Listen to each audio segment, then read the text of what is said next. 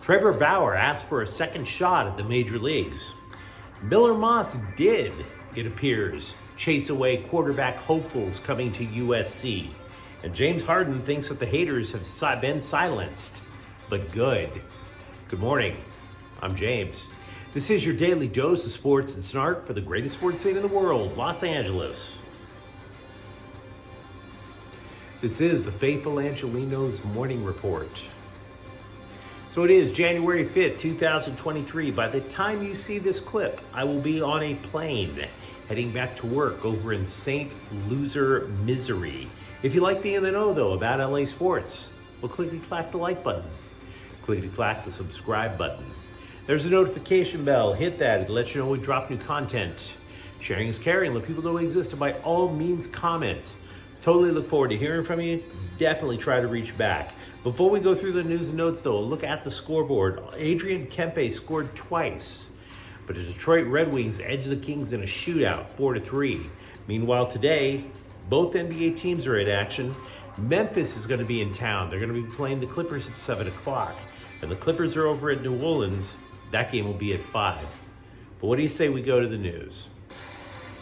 Former Dodger pitcher Trevor Bauer goes public. He tries to reconcile with Major League Baseball because he would, quote, love a second opportunity to make things better, unquote. He goes on Fox News. He admitted he was reckless and made, quote, a lot of mistakes along the way, unquote. You don't say. I mean, because even the biggest Trevor Bauer apologist would have to agree with everybody on that one, right? Even if you buy Bauer's story completely, and I'm not saying he didn't have a defense, even if you buy Trevor Bauer's story completely, his side of the story includes, yo bro, I'm worth hundreds of millions of dollars. She's telling me she likes rough sex and text messages. What should I do? Oh, and I barely know her. Right? I don't know about you, but that just has massive life mistake written all over it. Nobody's asking Motel 6 to leave the light on for that one, right? Now, he did not admit to any wrongdoing or committing any crime with regards to what happened with the women who have accused him of sexual assault. To recap in the most blandest manner possible, because remember, here's a guy who likes to sue people. He was accused in June of 2021, his first year with the Dodgers. At that point in his life, he was pretty much riding high. He was a reigning Cy Young Award winner. But because of those accusations, which never went to court, they were thrown out. He hasn't been pitching in the majors since. They put him on administrative leave, then they suspend him, then the Dodgers cut him. Pitched last year in Japan. And of course, since then, Bauer has amassed clips and text of his strongest accuser. These texts that strongly indicated that she was trying to extort money out of him using rough sex as the weapon. Okay, so are we all cut up? Good. Are we all a little creeped out? If that's the case, sorry. Bauer admits that he, quote, agreed to do things I shouldn't have done, unquote, which harmed MLB, the Dodgers, his teammates, etc. Quote, I'm certainly taking accountability for my role in this. I put myself in a lot of positions that have made things very hard for people, and I'm trying to be better, unquote. So these are my thoughts. Because I've been telling people ever since these charges first came out, we had to be patient, because I'm not saying the accuser is completely whatever, and I'm not saying Bauer is completely whatever. It just looked bad. And I had a sinking feeling there was going to be more to drop, but that doesn't necessarily prove either person is a great person. Would you want to date this woman? After seeing all those text messages and seeing those little clips and photos? I wouldn't. On the other hand, Bauer was a known online troll for years. Does he sound like a particularly good guy? Remember, when the Dodgers signed him in the first place, the contract signing was panned because of Bauer's reputation for just getting into it with randos. So this remains a good worded start for Bauer to return to the majors. I don't predict a damn thing about it. It's just a well-worded beginning. Because if you recall, like I said, Bauer was a thorn in the side of MLB. I'm not sure that going on Fox News and saying that, well, I'm not guilty of a crime, but I did things that hurt MLB, is going to necessarily sway Rob Manfred enough to let bygones be bygones. But as always, the Bauer case was extremely controversial. You let me know what you think about that in the comments thread. Miller Moss must have actually made a hell of an impression over at the Holiday Bowl with his 6-touchdown performance for USC. Not just inside the program, but just reverberating across the country.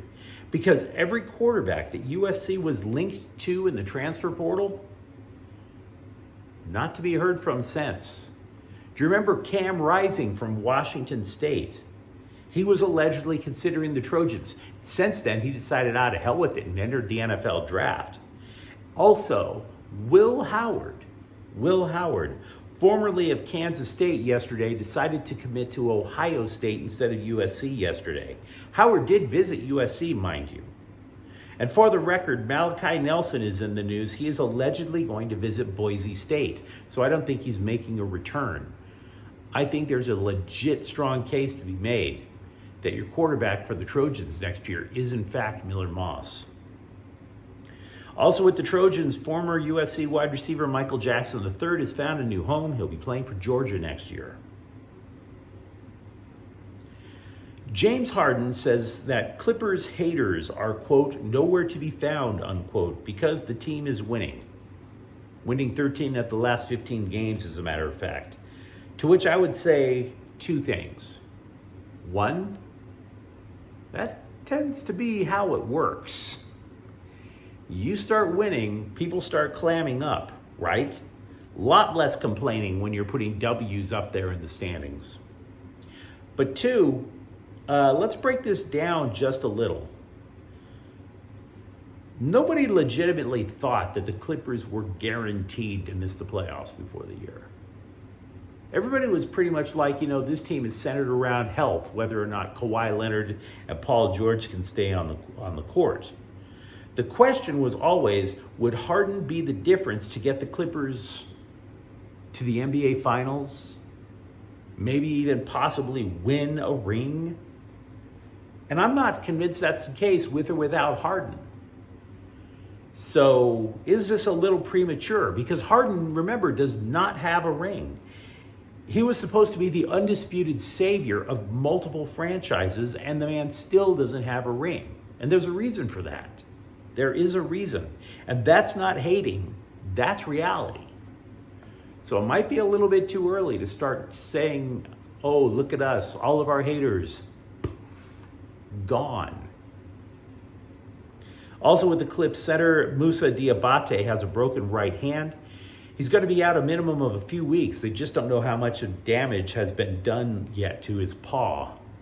And also Diabate, he's not full-time with the Clippers. He bounces back and forth between LA and the G League. What does the new Chargers GM, whoever that lucky guy is, what does he face? Well, it will be a franchise that's going to be at least $34 million over the cap. And I have friends who are Chargers fans, even before this channel began. I had friends, they would talk to me about the Chargers, and I would mention I'm a Rams fan, why are you bugging me with this? But they are sick of this particular team. Thank you, Brandon Staley. All that talent gone to waste, and they want to rebuild from scratch. But I would ask this in response. Are you sure? Are you sure? Because if you really want a so-called hard reset, if you want to play the nuclear option, and get under the salary cap, you could just let go of Khalil Mack, Joey Bosa, Keenan Allen, and Mike Williams. Does that really sound like a viable option, particularly for trying to at least squeeze into the playoffs next year? Because I think that team is deader than Julius Caesar. And there's going to be a ton of dead money under the cap for next year if you choose that option anyway. You'd absolutely be writing off 2024. Granted, you'd have a ton of cap space in 2025. I tell you that.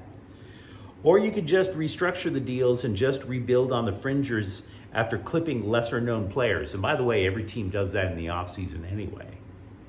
So just to give you a heads up, if you're a Chargers fan, when they get a new GM, that might be the case. Tobias Bjornfoot was claimed off of waivers by the Vegas Golden Knights. And if you've ever looked at the Golden Knights roster, they have this odd trend. They keep grabbing Kings rejects. There's Braden McNabb, Alec Martinez, Michael Amadio, Ben Hutton, and now the 22-year-old left-handed defenseman. The Kings gave Bjornfoot multiple shots to make it in LA. I mean, if you remember, even last year, the complaint about that team was how they didn't have any left-handed defensemen. Bjornfoot could have been that guy if he kept his stuff straight. But he was more likely to play for their minor league affiliate in Ontario than LA. Former Galaxy striker Chicharito Hernandez is apparently close to returning to Liga MX, Chivas Guadalajara, Chivas Original Recipe, as opposed to Chivas USA. And that's where Hernandez started his career back in 2006. This is according to ESPN.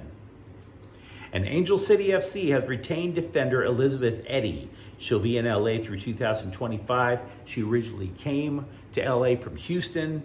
She played 6 games for Angel City last year. So, you let me know though, what do you think in the comments thread? Would you in fact give Trevor Bauer another shot at the apple?